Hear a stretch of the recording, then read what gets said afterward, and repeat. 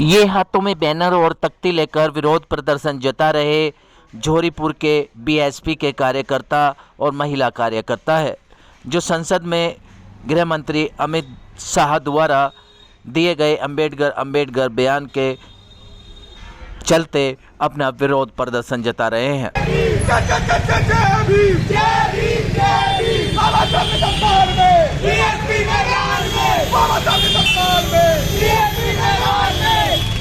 क्या कुछ कहना था इन प्रदर्शनकारियों का, बता रहे हैं हमारे सिटी संवाददाता रविंदर कुमार।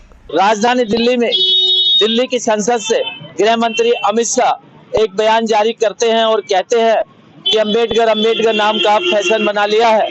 यदि इतना नाम भगवान का लोगे तो सातों जन्म स्वर्ग में मिलेंगे। क्या ये इस तरीके से संवैधानिक पद पर बैठे हुए गृह मंत्री इस तरीके का बयान देते हैं? दलित समाज के लोग काफी आहत में हैं और इसी कड़ी में दलित समाज के लोग लगातार सड़कों पर हैं और अपना विरोध प्रदर्शन जता रहे हैं।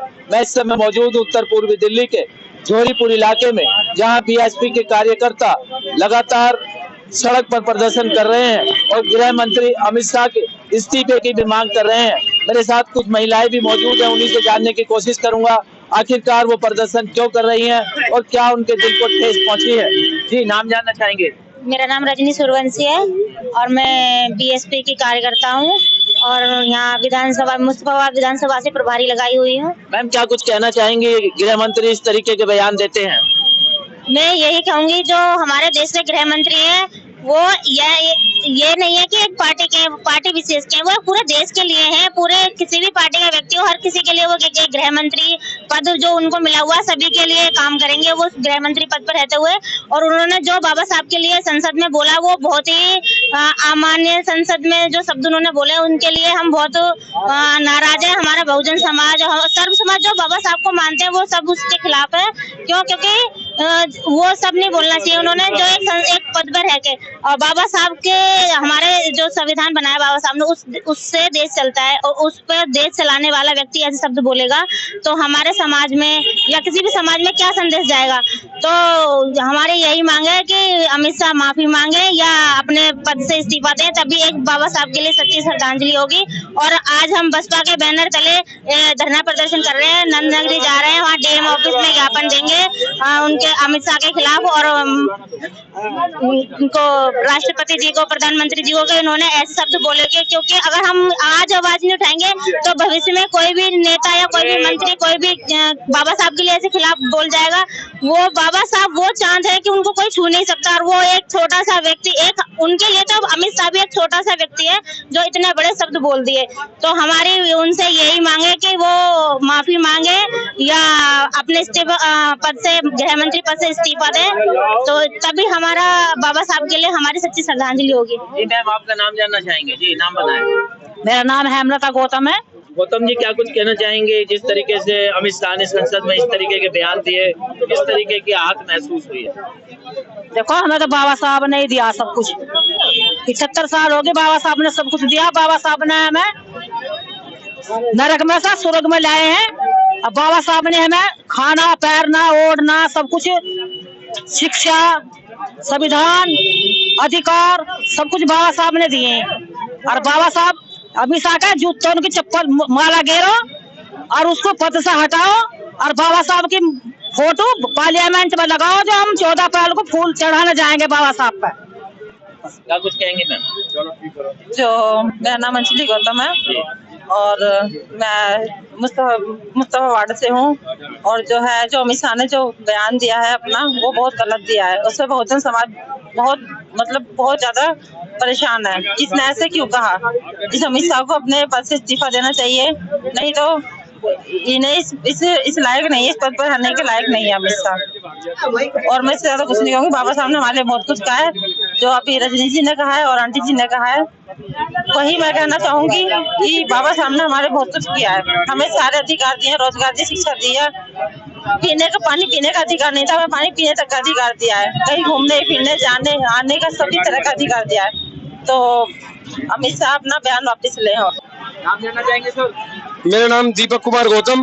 गौतम साहब, क्या कुछ कहना चाहेंगे? किस तरीके से संसद के अंदर अमित शाह बयान देते हैं अमित शाह का कहना यह है कि अंबेडकर को जब तक पूजोगे, जो उनका कहना ये है कि अंबेडकर को पूछते पूछते अभी तक हमारे सामने भगवान आए थे, तो भगवान नहीं आ पाएंगे। भगवान तो भगवान है और अंबेडकर अंबेडकर है। अंबेडकर को मानने के लिए उन्होंने हमारी तरह जन्म लिया, हम उनकी तरह ही हैं, वो हमारी तरह थे, और इन लोगों ने उसका मुद्दा बना दिया है। जबरदस्ती हम किसी को गाली नहीं दे सकते। अमित शाह का ये जो वर्डिंग है कि हम अंबेडकर के खिलाफ ये वर्डिंग बोलेंगे, तो उन्होंने गलत किया है। हमारा जो धरना प्रदर्शन है, जो हम मोर्चा निकाल रहे हैं, हमारी अमित शाह से भी कोई लड़ाई नहीं है। हमारी लड़ाई है उनकी वर्डिंग पे, और उनकी जो वर्डिंग है वो गलत है। हमारी सिर्फ लड़ाई उनकी वर्डिंग पे, और सिर्फ हम ये चाहते हैं कि वो माफी मांगे या फिर अपना इस्तीफा दें। जो इन्होंने निकाली, इनके मन की बातें बाहर आ गई हैं। जो ये निंदा करते हैं, बाबा साहब का उपहास उड़ाते हैं, बाबा साहब का अपमान कर रहे हैं, जो ये कर रहे हैं, मैं ये इनकी बहुत कड़े शब्दों में निंदा करता हूँ कि गृह मंत्री को ये शब्द नहीं बोलने चाहिए, क्योंकि बाबा साहब ही हमारे समाज के दलितों के, अछूतों के, यहाँ भारतवर्ष की महिलाओं के, कन्याओं के, दबे पिछड़े लोगों के भगवान हैं। ये सब भगवान मानते हैं बाबा साहब को, और यदि ये भगवान दूसरे भगवान को भगवान कहते, इनको आज तक स्वर्ग नहीं मिला, तो दूसरा क्यों शिक्षा दे रहे? हमें ऐसे भगवानों की कोई जरूरत नहीं है। हमें तो एक ही भगवान है, और वह है बोधिसत्व बाबा साहब अम्बेडकर।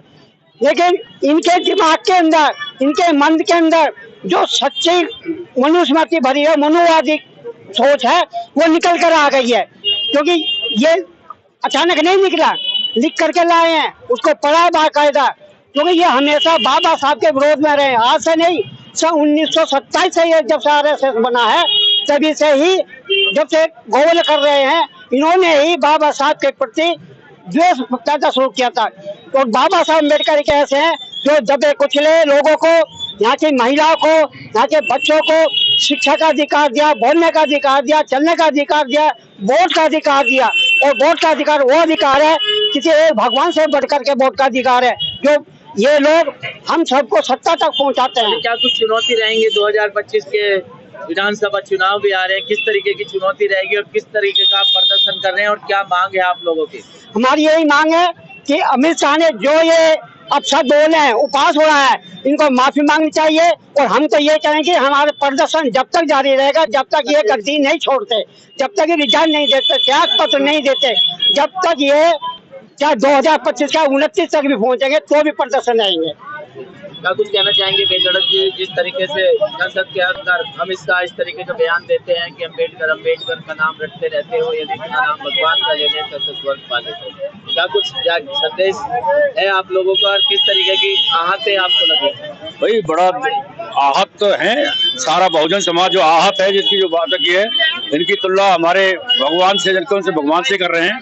भाई इनका तो सोच है पुरानी, जो अपना सोच है वो उजागर हो गया। इनका दर्द जो था, इन्होंने जीते जी बाबा साहब की शव यात्रा तक निकाल दी, तो अब इनके दिल में आ गई, अब वो उबार बाहर निकल के आ गया है।